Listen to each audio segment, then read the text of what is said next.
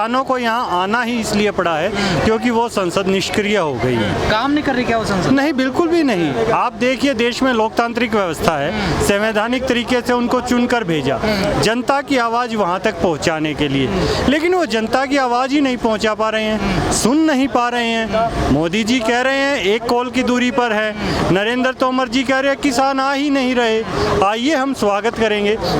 अरे भाई, किसानों ने आपसे परमिशन ली, आपने 200 किसानों को जंतर मंतर आने की परमिशन दी है, यहाँ किसान का चौथा दिन है, अधिवेशन चल रहा है और आप कह रहे हैं 1 कॉल की दूरी पर है।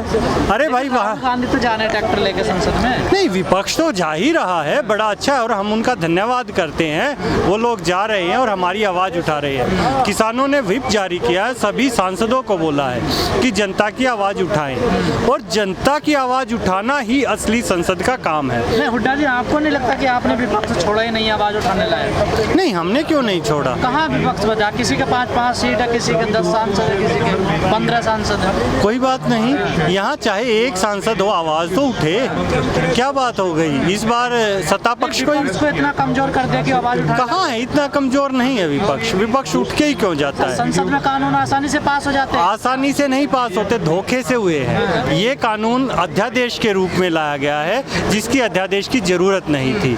और आपको पता होगा, कृषि राज्य का विषय है, राज्य का विषय तो पास हुए ना। अरे संसद में गलत तरीके से हुए हैं, संवैधानिक तरीके से अंधेरे में हुए हैं। मेरे साथी बिल्कुल सही कह रहे हैं कि वहाँ लाइट काट कर चुपचाप तरीके से किया गया, विपक्ष को तो बोलने ही नहीं दिया गया है। आज भी सांसदों को कहाँ बोलने दिया जा रहा है? क्या कोई सांसद मुझे बताएगा? कोई भी बीजेपी का सांसद उठाए? संसद में तो सारे सांसद बोल रहे हैं अच्छे। किसान संसद, तभी तो हम चाह रहे हैं कि ये सांसद उस संसद में जाएं, तभी तो चाह रहे हैं ना ये बोल पाए। तो पीछे हट रहे हैं ना, उस संसद में जाना ही नहीं चाहते। नहीं, क्यों नहीं जाएंगे? बिल्कुल जाएंगे, पीछे क्यों हटेंगे? किसान संगठन मना कर रहे हैं। किसान संगठन मना कर रहा है, किसान संगठन पहुंचाएगा तो क्या हुआ? ने थोड़ा सा इशारा दिया तो उन्हें सस्पेंड कर दिया। हाँ, वो अनुशासनात्मक कार्रवाई हुई ना, उनके ऊपर अनुशासनात्मक कार्रवाई हुई है।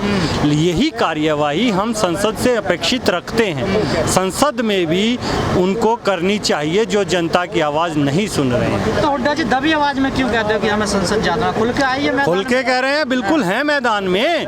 कमाल कर दिया, यहाँ संसद लगी हुई है, 200 सांसद बैठे हैं, इससे ज्यादा खुल के क्या चाहोगे आप? भारतीय संसद के आप हमें परमिशन दिलवा दो ना, वहीं चले जाएंगे।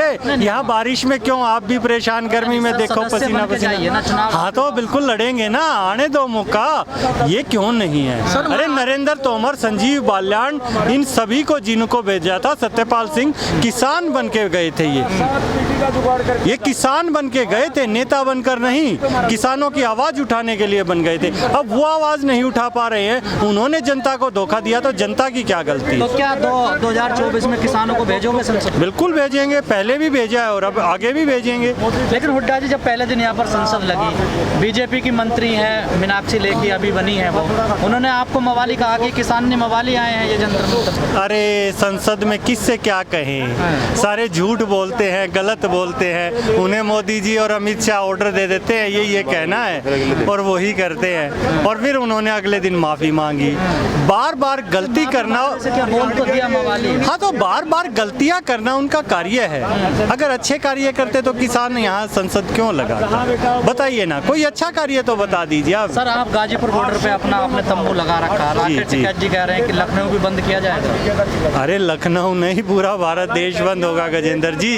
ये किसान है, अगर ये बिल लागू हो गए, आज हम चर्चा कर रहे हैं जो भंडारण अधिनियम 1955 का है, उसके संशोधन पे बात करें, अगर वो लागू हो गया तो 135 करोड़ में से 100 करोड़ जनता भूखी मर जाएगी। और अगर इसका अनुमान आपको नहीं है तो बता देता हूँ, मैं हरियाणा से आता हूँ और वहाँ राशन कार्ड से सरसों का तेल गायब कर दिया गया। तो तेल मिलता था पहले, तेल मिलता था सरकार में, लेकिन अभी पूंजीपतियों के पास तेल चला गया है, तो तेल कहाँ से मिलेगा? धीरे धीरे हर जगह खत्म हो रहा है। यूपी में राशन में मिलता था तेल और वो चीनी, वो खत्म हो गई है। इसीलिए तो किसान लड़ाई लड़ रहा है कि लोगों के पास खाने को अनाज भी खत्म ना हो जाए।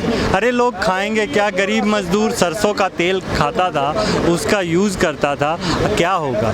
ऐसे ही हमारे नेताजी टिकैत जी ठीक कहते हैं कि गेहूं और चावल को तिजोरी में बंद मत करो, देश को खाने की ज़रूरत है। एक हमारे प्रधानमंत्री जी थे लाल बहादुर शास्त्री जी, उन्होंने जय जवान जय किसान का नारा दिया था, तो किसान ने अनाज भंडारण इतना कर दिया था कि जहां देश 40 करोड़ को नहीं खिला पाता था, आज 135 करोड़ को खिला रहा है। सर कैसे निकलेगा रास्ता, लगता है आपको कोई फर्क पड़ रहा है संसद से? देखिए, संसद से फ़र्क पड़ रहा है। आप देखिए पूरे अंतर्राष्ट्रीय स्तर पे अगर उस संसद में कोई बात हो रही है तो इस संसद में भी बात हो रही है। और आप पैरेलली जो आपका मीडिया है, इंटरनेशनल मीडिया या नेशनल मीडिया, अगर आप कवरिंग देखेंगे बराबर ही कवरिंग चल रही है। इसका मतलब कहीं ना कहीं असर दिख रहा है। और मोदी पूरे इंटरनेशनल का लीडर बन गया था। बाहर के देशों में जाता था, आप देखते थे, और वहाँ पूरी जय जयकार होती थी, मोदी मोदी मोदी।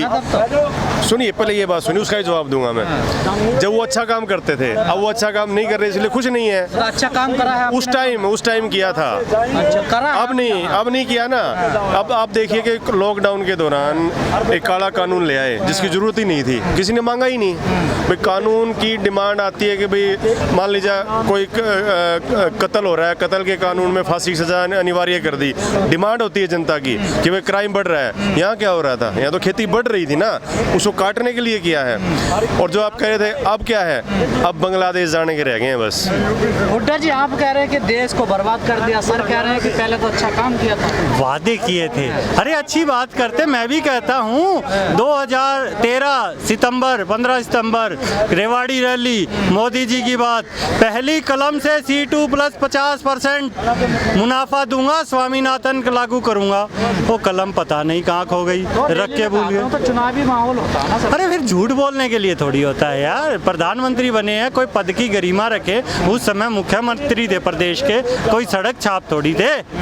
या फिर आप देख लीजिए, उनको तुलना कर लीजिए, वो प्रधानमंत्री जी हैं या क्या हैं।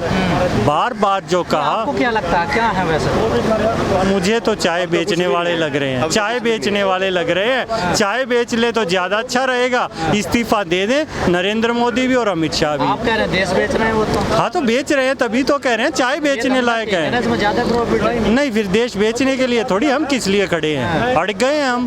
कहाँ रुक रहे हैं आपसे? हम क्यों नहीं रुक रहे? 8 महीने तो हो गए, बीच में कई ऐसे कॉन्टेक्ट हो गए उनके साथ। सारे खत्म कर देंगे, सारे खत्म कर देंगे। एक भी चीज बैंक के बाहर तो चली जाइयो, सभी को ले आएंगे घेर कर। दिल्ली के बॉर्डर्स को बंद कराया हुआ है किसान ने, किसान भागने नहीं देगा। कहीं ये समझे झोला उठा के चले जाएंगे, झोला उठा के भागने नहीं देगा किसान, बॉर्डर पर बैठा है। कैसे कहते हैं बीच बीच में कि दरवाजे खुले हैं, आ जाओ बात करने के लिए? भाई वो उनको दिखते हैं, शायद यहाँ नहीं दिख रहे। 1 किलोमीटर का ही फासला, 2 मिनट भी नहीं लगेगा संसद से। आ जाए, हमारे भी दरवाजे खुले। 2 किलोमीटर कहाँ है, 100-150 मीटर हो। हाँ तो बस खुद ही बता रहे हो आप, बताओ उनको जाकर। संसद मार्ग पे तो खड़े ही। भाई यहीं तो संसद के पास हम बैठे हैं, आ जाओ, क्या दिक्कत है? ये किसान बैठे, अगर नहीं दिखाई दे रहे तो भाई किसी आंखों के डॉक्टर के पास जाएं, हम क्या कर सकते हैं उसमें? नहीं, वो 800 और आप 200 कैसे इनका मुकाबला कर पाएंगे? मुकाबला कोई कुश्ती का मुकाबला है क्या? अनुमति नहीं दी। अगर कुश्ती का मुकाबला है तो मर्जी ओलंपिक में चले जाएंगे। भाई यहाँ बातों का काम है, ठीक है। किसान अपनी मांग रख रहा है, देश में संविधान है, लोकतंत्र है, और किसान को अपनी बात रखने का हक है। कृषि जो है वो राज्य का विषय है। हुड्डा जी, सोशल मीडिया पे आज खबर चल रही है कि मोदी जी अगर विकल्प ओलंपिक में जाते हैं तो कुछ मेडल जीत के आ जाते हैं, बहुत लंबी फेंकते हैं। सोशल मीडिया पे किस तरह से देखते हैं ऐसी बातों को आप? हाँ, झूठ फेंकने का अगर ओलंपिक में कंपटीशन होता तो जरूर जीतते।